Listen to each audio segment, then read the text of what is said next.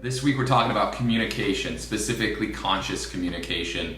And what is conscious communication? So, conscious communication is communication with awareness.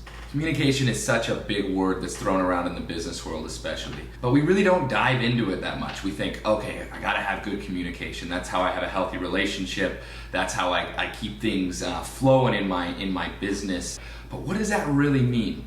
So I wanted to break down 3 different forms of communication that we all practice on a daily basis. And so there's 3 aspects. There's talking, there's speaking, and there's creating dialogue. So let's talk about talking first. So talking is basically using somebody else as a springboard for your ideas or as a wall to bounce your thoughts against. When you communicate by talking, it just goes on deaf ears. When I have somebody that's spewing words against me and not encouraging me to participate, not encouraging me to add my perspective, not giving me the dignity and respect that I deserve as a conscious person, as just a human being, I turn off. And that conversation is over. It's essentially you talking in a mirror from then on out. So number 1, talking. Number 2, speaking. Speaking is like talking, but you start as the person thinking from another person's perspective. You're not just having a verbal vomit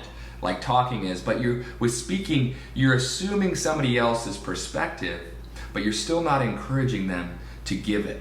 So I'm thinking what you want, and I'm maybe telling what you want, or I might be relating my experience to what I think your experience is. So I'm starting to consider your perspective, but I'm not asking you for it, and I'm not encouraging you to provide it. So that's our second tier, and we still want to move past that. The third tier, creating dialogue. And so with creating dialogue, we start to engage with the other person. We find one center point and axis that we can each revolve around, right? We're each worlds in ourselves. Humans are their own realities. We're our own worlds inside ourselves. So when we find that one point that we can revolve around, that one point that we can each add to, and we can each start to develop, and that we can each start to understand in our own ways, explain ours, ask the other person what their understanding of that one point is, and start to engage in a Socratic method, in a relationship around this one topic, we start to understand that other person, and we start to allow that other person to understand us. When we can relate on one point, when we can encourage that other person to talk about that one point, and then we can show them how we're similar in that regard,